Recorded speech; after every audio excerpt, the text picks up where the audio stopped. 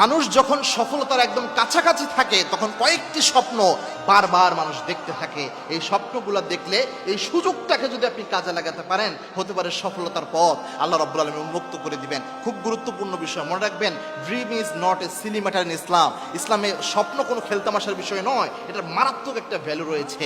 এবং আল্লাহর হাবিব সাল্লাল্লাহু আলাইহি ওয়াসাল্লাম জানিয়েছেন, লাম ইয়াবকা মিনান নবুওয়াতি ইল্লাল মুবাশশিরাত, আমার উম্মতের জন্য নবুয়তের কোনো কিছু আল্লাহ অবশিষ্ট রাখেন নাই মুবাশশিরাত ছাড়া।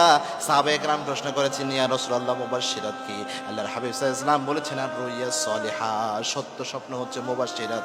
আবার আল্লাহর হাবিব সাল্লাল্লাহু আলাইহি ওয়াসাল্লাম জানিয়েছেন, আমার উম্মতদের জন্য নবুয়তের ৪৬ ভাগের ১ ভাগ হচ্ছে একটা সত্য স্বপ্ন, সুন্দর স্বপ্ন। সুবহানাল্লাহ। সুতরাং সত্য স্বপ্ন, ভালো স্বপ্ন আল্লাহ বান্দাদের দেখিয়ে থাকেন, এটা আল্লাহ রাব্বুল আলামিনের একটা সিস্টেম। সুতরাং আমাদের যদি কেউ সফলতা হয়, এই সফল হওয়ার আগে মানুষ প্রথম যে ধরনের স্বপ্ন দেখতে পারে সেটা হচ্ছে, অনেক ক্ষেত্রে সে দেখতে পারে সাদা গোছানো গর্জিয়াস কোনো ড্রেস সে পরে রয়েছে, অনেক পরিপাটি গর্জিয়াস পোশাক তার শরীরে শোভা পাচ্ছে। এটা হতে পারে ভবিষ্যতে সফলতার একটা আলামত। এটা হতে পারে, এটা স্বপ্ন বিশারদ মোহাম্মদ ইবনে শিরিন রাহিমাহুল্লাহ তিনি তার স্বপ্নের ব্যাখ্যা গ্রন্থে এটা উল্লেখ করেছেন।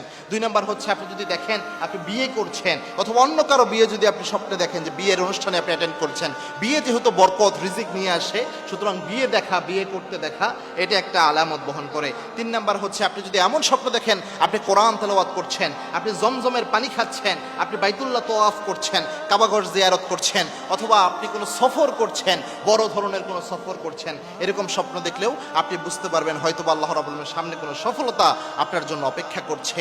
এছাড়াও আপনি যদি দেখেন আপনি অনেক বড় ধরনের কিছু পেয়েছেন, যেমন অনেক বড় ধরনের কোনো মাছ আপনি ধরছেন স্বপ্নের মধ্যে, এটা দেখলেও বুঝবেন সামনে বড় কোনো সফলতা থাকতে পারে। এই সবগুলোর ক্ষেত্রে মুহাম্মদ ইবনে শিরিন রাহিমাহুল্লাহ সহ স্বপ্নের বিশারদগণ তারা বলেছেন এগুলো সফলতা আসার আলামত, এবং ভালো স্বপ্ন এগুলো আল্লাহ রাব্বুল আলামিন আলামত দিয়ে থাকে। এই স্বপ্ন এরকম দেখলে এটাকে কাজে লাগিয়ে যদি আল্লাহর কাছে চাওয়া যায়, ইনশাআল্লাহ এই স্বপ্নের মাধ্যমে ভালো দিক আল্লাহ উন্মুক্ত করে দিবেন এবং সফলতা আল্লাহ রাব্বুল আলামিন সামনে এনে দিবেন।